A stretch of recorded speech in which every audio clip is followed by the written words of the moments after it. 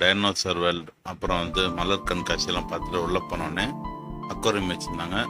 அதில் பார்த்தீங்கன்னா டிசைனாக கலர் கலராக மீனில் நிறைய இருந்தது.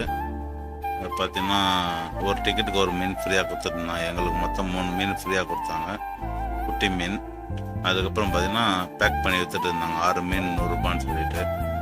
மீனுக்கு தேவையான சின்ன சின்ன குடுவெல்லாம் 100 ரூபா, 150 ரூபா, 200 ரூபா நிறைய வச்சுருக்காங்க. அப்புறம் வாட்டர் டேங்க்லாம் வச்சுருந்தாங்க, ஃபிஷ் டேங்க்கு. அது பார்த்தீங்கன்னா 250, 300. அதுக்கப்புறம் தனியாக ஹவுஸ் தனியாக வச்சுருக்காங்க மேலே மூடுறதுக்கு. குட்டி குட்டி ஆமை, அப்புறம் கடல் வாழ் குட்டி குட்டி வளர்ப்பு உயிரினம்லாம் வச்சுட்டு இருந்தாங்க.